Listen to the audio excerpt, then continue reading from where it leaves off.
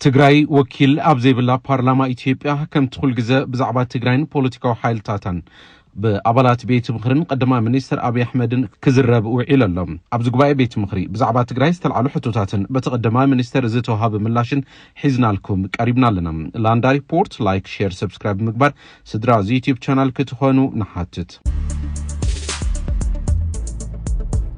አባላት ቤት ምኽሪ ወከልቲ ህዝቢ ኢትዮጵያ እንመራሕዮም አብይ አህመድ እናወደሱ ንሱ ዝሰርሖም ስራሕትና ናአዱ ብጭብጨባ ዝተዓጀበሉ ኣብዚ መድረኽ ጉዳይ ትግራይውን መዘራርብ ነይሩ ኣብዚ ጉባኤ ካብ ዝተልዓሉ ሕቶታት ሓደ ጉዳይ ተመዛበልቲ እዩ ህወሓት ንተመዛበልቲ ከም ትሕጃ ሒዙ ከይምለስ ይሰርሐሎ ዝብል ክሲ በአባላት ፓርላማ ከም ሕቶ ቀሪቡ እዩ በሰሜኑ የሀገራችን ክፍልም ሆነ በሌሎች አካባቢዎች የተፈናቀሉ ዜጎችን ወደ ቀድሞ ቀያቸው ለመመለስና ዘላቂ ሰላም ለማስፈን እየተሰሩ ያሉ ስራዎች በምን ደረጃ ላይ ይገኛሉ?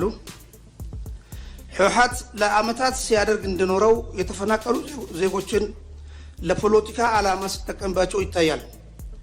ድጋፍም እንዳይደርስ በማድረግ እና ወደ ቀያቸው እንዳይመለሱ እያደረገ ይገኛል። ስለሆነም ክቡር ጠቅላይ ሚኒስትር ይህንን ሁኔታ ለመፍታት በመንግስት በኩል ምን እየተሰራ ይገኛል?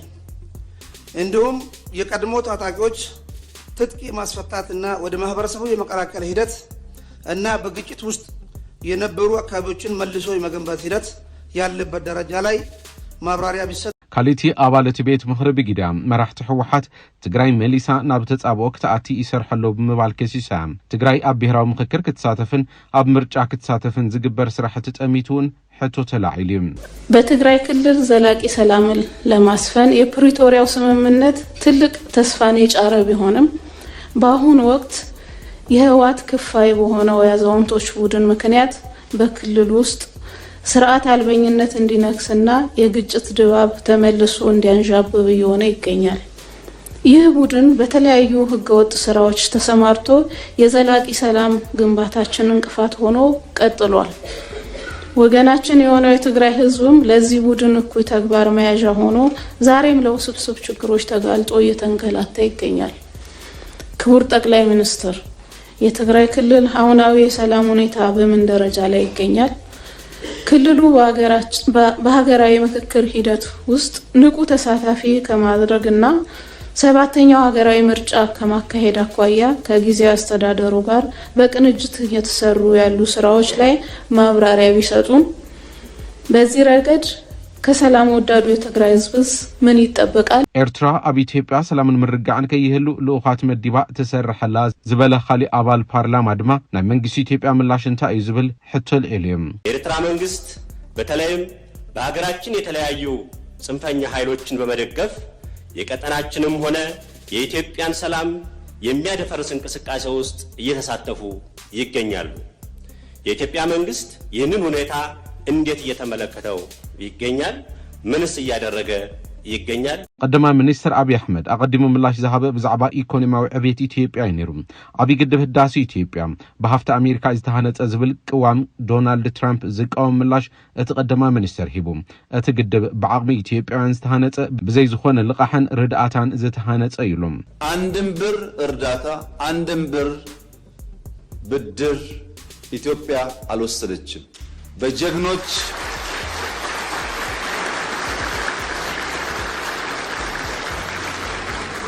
በጀግኖች ኢትዮጵያውያን ቁርጠኛ አቋም በሀገር ውስጥም በሀገር ውጭ ያሉም ኢትዮጵያውያን በቁርጠኝነት ጨክነው በጋራ ቆመው ስለሰሩ የተከወነ ፕሮጀክት ነው። ምስ መንግስቲ ኤርትራ ዘይምቅዳው ዝተጀመረ ኣብ ትግራይ ግፍዕ ስለዝፈጸመ ይክብል ኣብ ፓርላማ እቲ ቀደማ ሚኒስትር ተዛሪቡ ኣብ ሽረ አክሱም ዓድዋ ዓዲግራትን ካልኦት ከባቢታትን ሰራዊት ኤርትራ ሰላማውያን ሰባት ከም ዝጨፍጨፈ እቲ ቀደማ ሚኒስትር ተዛሪቡ ብተወሳኺውን ትካላት ከም ዘረፈን ከም ዘዕነወን ይገሊጹ እቲ ምንግልታዕ ደው ክብል ሽዑ ናብ መንግስቲ ኤርትራ ህዝበይ ኣይተጎሳቆል ኢለ መልእኽቲ ልኢኸ ክብል እቲ ቀደማ ሚኒስትር ተዛሪቡ በትግራይ ውጊያ ሲጀመር የመጀመሪያው ዙር ውጊያ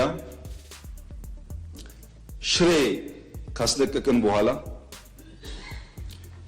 የኤርትራ ጦር ከኋላ ተከትሎ ሽሬ ገብቶ የአንዳንድ ሰዎችን ግለሰቦች ቤት ማፍረስ ፎቅ ማፍረስ ሲጀምር ጸብ ተጀምሯል። አልተናገርንም እንጂ አክሱም ይዘን ስናልፍ አክሱም ገብቶ ወጣቶች በጅምላ ሲረሽን ጸብ ተፋፍሟል። አድዋን ይዘን ስናልፍ አድዋ ሄዶ ፋብሪካዎች ሲፈታታ ሲሰርቅ ጸብ ተጋግሏል። አዲግራት ደርሰን የመድኃኒት ፋብሪካውን የሚነቀለውን ነቅለው የማይነቀለውን ሲያፈራርሱ ጸቡ ጫፍ ደርሷል። ግን የኢትዮጵያ መንግስት ያኔ በዚህም ለመዋጋት ብቃት አልነበረው። ውስን ኃይል ነበረ። ሽሬን ከያዝን በኋላ ያጠቃነውን ጣት እንከተል ነበር እንጂ የያዝነውን ቦታ እያጸናን አንሄድም። ይህ ጉዳይ የተከበረው ምክር ቤት ለዛሬ ዋጋ የለውም። ለታሪክ ማንሳት የምንፈልገው ጉዳይ አክሱም ወጣቶች ሲገደሉ፣ አድዋ ሲዘረፍ፣ አዲግራት ሲዘረፍ በርካታ ኢንቮይ ወደ ኤርትራ ልክ ያለው የላኳቸው ሰዎች ገሚሱ አሁን ከኛ ጋር የሉም። ለምሳሌ ክቡር አቶ ገዱ ያኔ የውጭ ጉዳይ ሚኒስትር ነበሩ። ከአንዴም ሁለቴ ኤርትራ ልኬያቸዋለሁ። የላኳቸው የትግራይን ህዝቤን አታገሷቅሉ፣ ሀብቱን አትዝረፉ፣ ጸቡ ከቲፒኤልኤፍ እንጂ ከትግራይ ህዝብ አይደለም የሚል ነው። ገዱ አንዳርጋቸው ኾነ ደመቀ መኮንን ሽዑ እዋን ናብ መንግስቲ ኤርትራ ዝተለኣኸ መልእኽቲ ኣብዚ ሕዚ እዋን ክገልጹ ይኽእሉ እዮም ክብል እቲ ቀዳማይ ሚኒስትር ተዛሪቡ። ኣብ 2013 ዓ.ም ሰራዊት ኤርትራ መቐለ ኣትዩ ከይዕኑ ሰራዊት ምክልኻል ኢትዮጵያ ኣጠንቂቑ ዝበለ ቀዳማይ ሚኒስትር አብይ አሕመድ ብተወሳኺ ድማ ሰራዊት ሻዕብያ ናብ መቐለ ንከይኣቱ ናይ ሰራዊት ምክልኻል ኢትዮጵያ ሓንቲ ኣሃዱ ኣብ ውቕሮ ንምክልኻል ተመዲባ ነይራ ኢሉ። ግን ክር አላቸው፣ ህሊና አላቸው። ዛሬ ቢደብቁ በታሪክ ውስጥ ይወጣል። ለምን ጉዳይ ነው እንደተነጋገሩ እሳቸውም ያውቃሉ፣ ሻዕቢያም ያውቃል፣ እኛም እናውቃለን። አሉ አልሞቱም። እሳቸው አክሰስ ይደረጋሉ፣ ሊናገሩ ይችላሉ። ለክራቸው ሲሉ ለእምነታቸው ሲሉ ማለት ነው። ለምን ጉዳይ እንደሄዱ በእሳቸው መፈታት ሲያቅተው አቶ ደመቀ ልክ ያለው አቶ ደመቀ አሁን እኛ ጋር የሉም፣ በህይወት ስላሉ ለእምነታቸው ለሌላቸው ይጠየቁ ይችላሉ። ለምን ጉዳይ እንደሄዱ ያውቃሉ። ከነሱም ውጭ አሁን ሲስተም ውስጥ ያሉ 2-3 ሰዎች ልክ ያሉ። ታስታውሱ ከሆነ መቀሌ ልንገባ ጥቂት ሲቀረን የ3 ቀን አልቲማተም ብለን አውጀን ነበር። ብዙ ሰው ሚስጥሩ አልገባው። የቸገረንኛ ሽሬን ስለቅ ከኋላ ይገባሉ፣ አክሱም ስለቅ ከኋላ ይገባሉ። አሁን መቀሌ ስንገባ ደግሞ ገብተው ትልቁን ከተማ ዳሜጅ ያደርጋሉ ብለን ከነሱ ጋር ከአሁን በኋላ ከውቅሮ እናልፋለን ብትሉ ወያኔ ትተን ወደ እናንተ ነው የምንዞረው ውጊያው ብለን ውቅሮ ላይ የሚጠብቅ ፎርስ አስቀምጠን ነው መቀሌ የገባ ነው እንዳያልፉ ማለት ነው። ይሄ ጸብ ተፋፍሞ ሄዶ የፕሪቶሪያ ስምምነት ሲፈረም እንዴት ቲፒኤልኤፍ ሳይጠፋ እንዴት ትግራይ ሳይወድም ፊርማ ይደረጋል በሚል ነው የመጨረሻ ጫፍ የደረሰው ጸቡ። ኣብ 2013 ዓ.ም ቀዳማይ ሚኒስትር አብይ አሕመድ ንመንግስትን ህዝብን ኤርትራ ትግራይን ከወግእ ስለ ዝደገፍካና ንመስግን ክብል ገሊጹ ነይሩ። ምስ ኤርትራ ተዓሪቕና ተዘይንነብር እቲ ዝፍጠር ጸገም ክትሓስቦ ጸጋሚ እዩ ክብል ተዛሪቡ ነይሩ። ኣብቲ ናይ ሎሚ ዘረብኡ መንግስቲ ኤርትራ ኣብ ጉዳይ ኢትዮጵያ ኢዱ እትዩ ዘማስሊ ክብል ድማ ገሊጹ ወይም የኤርትራ መንግስት የኢትዮጵያ መንግስት የውስጥ ጉዳዩን መፍታት ሳይችል ቀርቶ የቀይ ባህር ጉዳይ ያነሳል ብሎ ይከሳል። የውስጥ ጉዳያችን ላይ ሽንኩርት ከታፊው፣ በርበሬ አቅራቢው፣ አማሳዩ ተቀምጦ ሳለ ውስጥና ውጭ የሚለው ጉዳይ እንዴት ይሆናል? መብቃት ነው መፍትሄው። አሁን ለዚህ ምክር ቤት ማረጋገጥ የምፈልገው ኢትዮጵያን መጉዳት የሚፈልጉ ኃይሎች አሉ። ገንዘብ ፋይናንስ ያደርጋሉ። እመኑኝ ግን ኢትዮጵያን አይችሏትም። አልፋን አልከሱ ምዝ ሓይሊ እዩ ገለ መራርሓ ህወሓት ኢትዮጵያን ምፍራስ ሓቢሮም ክሰርሑ ይንቀሳቀሱ ዘለው ክብል ድማ እቲ ቀዳማይ ሚኒስትር ከሲሱ እዩ። ኣባላት ፋኖ ኮይኖም ብውሽጢ ምስ ሰራዊት ኢትዮጵያ ዝሰርሑ ኣለው ዝበለ ኮይኑ እቲ ዝገርም አባላት ቲዲኤፍ ኮይኖም ረብሓ ኢትዮጵያ ሓሊፎም ዘይህበለው ክብል ተዛሪቡ። የሚደንቀው ነገር በኢትዮጵያ ጉዳይ ላይ የማይደራደረው በአማራ አካባቢ በኦሮሚያ አካባቢ ያለው ብቻ አይደለም። በትግራይ አካባቢ ያለውም ወታደር ለትግራይ ጥቅም ነው እንጂ ነው የሚሞተው ኢትዮጵያ መጉዳት ማልፈልግም ብሎ የሚቆመው ኃይል ቀላል ቁጥር አይሰጠው ቁጥሩ ቀላል አይደለም። ይሄ በብሔራዊ ጥቅም ላይ ያለ አንደርስታንዲንግ እና መግባባት እየተሻለ እንደመጣ ያመላክታል።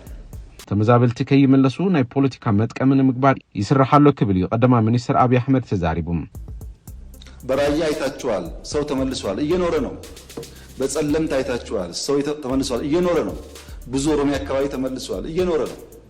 የቸገረን አሁን ወልቃይት አካባቢ ነው ሊፈታ ያልቻለው ጉዳይ። ልክ ገበሬ ዘርዘርቶ ከዝናብ በኋላ ምርት እንደሚጠብቀው አምኖ ዘርዘርቶ ከሆነ ወራት በኋላ የተሻለ ያፍራል ብሎ እንደሚጠብቀው ስደት፣ መፈናቀል፣ ስቃይ ዘርተው ከሌሎች ኃይል እርዳታ የሚጠብቁ ሰዎች አሉ። ስቃይ ዘርተው፣ መከራ ዘርተው፣ ችግር ዘርተው የተፈናቀልን አትሄድም ብለው ይዘው ማለት ነው። ተፈናቃይ ያልተመለሰበት አካባቢ ሰው እንዳይመለስ ለፈለገ ሳይሆን ሰዎቹ መመለስ ስለማይፈልጉ ሳይሆን ተፈናቃይን መያዣ ያደረገ ፖለቲካ ኢትዮጵያ ውስጥ በመኖሩ ነው።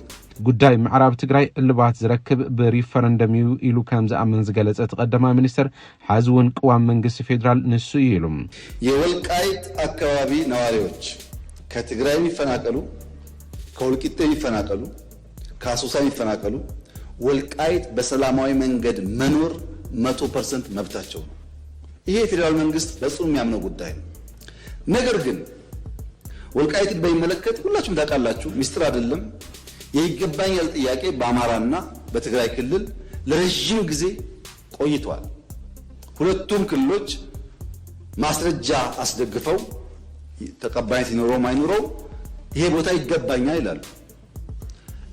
ፌደራል መንግስት እያለ ያለው ሰው አይፈናቀል፣ ባለበት ይመለስ፣ ራሱን ያስተዳድር፣ ራሱ ይወስነው ነው። አንድ ሰው እዚህ ተቀምጦ ከሚወስን በሪፈረንደም በህጉ አግባብ ይወሰን። ለምን ማን መወሰን ይችላል? አሁን በዛ ህዝብ ህልውናና መሻት ላይ ማን ከናንተ መካከል መወሰን ይችላል? ራሱ ህዝቡ ቤቱ ገብቶ በሰላም ኖሮ እኔ ልተዳደር የሚገባኝ እዚህ ወይም እዚያ ነው ካላለ በቀር የትኛው ባለስልጣን ነው በቃ የሚገባህ እዚህ ነው ብሎ መወሰን የሚችለው? ይሄው ባለፉት አመታት በዚህ ምክንያት የወልቃይት ህዝብ እንደ የትኛውም ኢትዮጵያዊ የሚገባውን በጀት ማግኘት ሲገባው፣ ትምህርት መደገፍ ሲገባው፣ ጤና መደገፍ ሲገባው ፌደራል መንግስት ማገዝ የሚገባውን ነገር ሳያግዘው እንዲቆይ ያደረገው ጉዳይ ይሄ ጉዳይ በሰላም ሊፈታ ይሻላል፣ ሁለት ወንድማማች ህዝብ በሚያባላ መንገድ ሊፈታ ይገባውም ከሚል ጽኑ እምነት ውድባት ፖለቲካ ትግራይ ብዝሕለፈ መልእኽቲ ድማ ካብ ዓጃብነት ወፂኦም ባዕሎም መራሕቲ ክኾኑ ከም ዝግባን ነዚ ዕድል ከም መቻቹን እዩ ፀዊዑም። በትግራይ ውስጥ ከአንድ በላይ የፖለቲካ ፓርቲዎች አሉ። 5፣ 6፣ 10 ፓርቲዎች አሉ። ችግር የሆነው አብዛኛዎቹ የትግራይ ፖለቲካ ፓርቲዎች ያሉበትን ደረጃ ማሻሻል አልቻሉም። የትግራይ የፖለቲካ ኃይሎች የአጃቢ ተዋንያን ሚና እንጂ የመሪ ተዋንያን ሚና መጫወት አልቻሉም። አንድ ቲያትር የሚሰራ ሰው ሁል ጊዜ አጃቢ አይሆንም። 5 ዓመት ያጅብና አንድ ቀን መሪ ተዋንያን ይሆናል። መሪ ተዋንያን ወደ መሆን ካላደጉ በቀር አጃቢ ተዋንያን ሆነው ተሰብሰቡና ምርጫ ያስፈልግም ብላችሁ መግለጫ አውጡ፣ ተሰብሰቡና እንደዚህ አድርጉ ከሆነ እዛ አካባቢ ያለው ፖለቲካ እድገት ወደሚፈለገው ደረጃ አይደርስም። ህዝቡ ከመድረክነት ወደ ተዋናይነት፣ የፖለቲካ ፓርቲዎች ከአጃቢ ተዋናይነት ወደ መሪ ተዋናይነት ሲቀየሩ ግን የሰለጠነ ህዝብ ፖለቲካ የሚያቀዝብ ንግግር የሚያቀዝብ ስለሆነ ብዙ ጉዳይ ይቀየራል ብዬ አስባለሁ። ኣብ ትግራይ ንዘሎ ሓይሊ ኢሉ ኣብ ዝሕለፈ መልእኽቲ ድማ ብነጎድጓድን መብረቕን ከቢድ ዝናብ ሓሊፍና ኢና፣ ብናይ መስከረም ናይ ኣዕዋፍ ጫውጫው ኣይንስኮነን ዝብል ተዛሪቡም እዛ አካባቢ ላለው ኃይል በጣም ቀለል ባለ መንገድ መልሴ አንድ አርሶ አደር በሐምሌ ዶፍ ዝናብ ብቻ ሳይሆን መብረቅ እየጣለ ዝናቡና መብረቁ ከማሳው ያላስቀረውን ገበሬ መስከረም ላይ ወፍ ጮኻለችና ወፍ ስለምትጮህ አልወጣም ወደ ማሳ አይሄድም ብሎ የሚፈራ ገበሬ አይኖርም። ዶፍ ደፍሮ መብረቅ ደፍሮ የወፍ ጮት